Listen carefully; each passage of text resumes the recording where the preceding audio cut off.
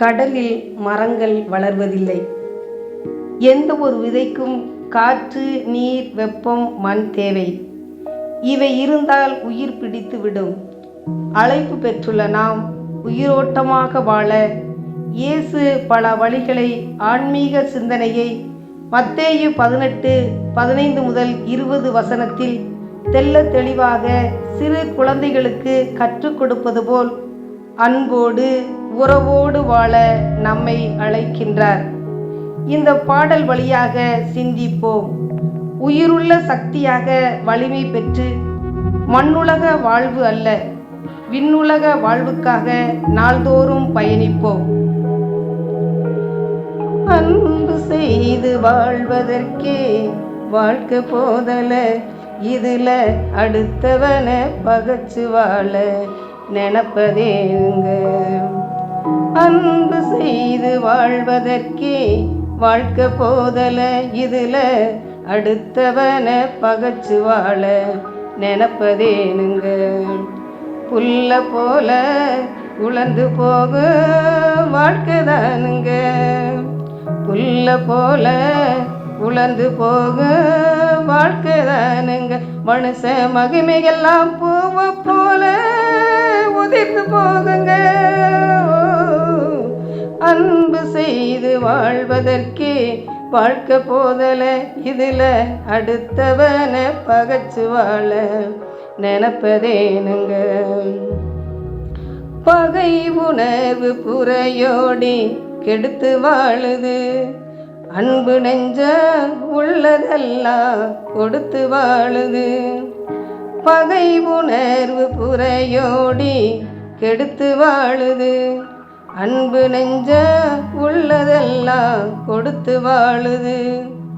பகைவனுக்கு அன்பு செய்து வாழ்ந்திட வேணும், அந்த பரமனோட பாதையில நடந்திட வேணும். பாடையில கொண்டு போக ஏதுமில்லைங்க, நம்ம அன்பு மட்டும் செத்த பின்னு நினைச்சு வாழுங்க.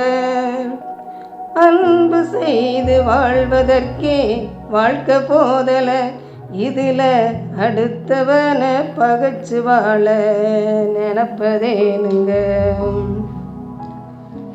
இதிலுள்ள ஆன்மீக கருத்து சகோதர அன்பும் ஒற்றுமையும். இயேசு நம்மை புண்படுத்தியவர்களிடம் நேரடியாக சென்று பேசி உறவை சரி செய்ய சொல்கிறார். இது அவமானப்படுத்துவதற்காக அல்ல, அன்போடு திருத்துவதற்காக. பழி வாங்குதல் அல்ல, அமைதியும் மாற்றமும் தான் இயேசுவின் வழி. அன்போடு திருத்தும் வழி. இயேசு 3 நிலைகளை கூறுகிறார். தனிப்பட்ட முறையில் உணர்த்துதல், சாட்சிகளுடன் பேசுதல், தேவையெனில் சபையிடம் எடுத்துச் சொல்வது. இது நமக்குள் பொறுமையும் கருணையும் வளர்க்கும் ஒரு வழி. சபையின் பங்கு.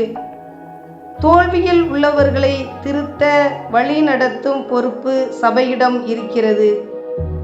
பாவம் தனிப்பட்ட செயல் மட்டுமல்ல, அது சமுதாயத்தையும் பாதிக்கிறது. அதனால் அனைவருக்கும் பொறுப்பு உள்ளது. நாம் ஒருவருக்கொருவர் ஆவியினால் கட்டப்பட்ட சகோதர சகோதரிகள். ஜபத்தின் சக்தி. 2 3 ஒன்று சேர்ந்தால் அவர்களின் ஜபத்திற்கு விண்ணில் பதில் வரும் என இயேசு கூறுகிறார்.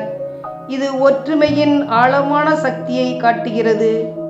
ஜபம் ஒருமித்த மனதுடன் செய்யப்படுகையில் இறைவன் நடுவில் இருக்கிறார். இயேசு எப்போதும் நம்மோடு. 2 அல்லது 3 என் நாமத்தில் கூடுகிற இடத்தில் நான் அவர்களுடன் இருக்கிறேன். இது ஒரு ஆன்மீக உறுதி.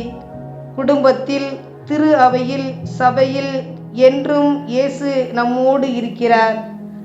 ஜபம்.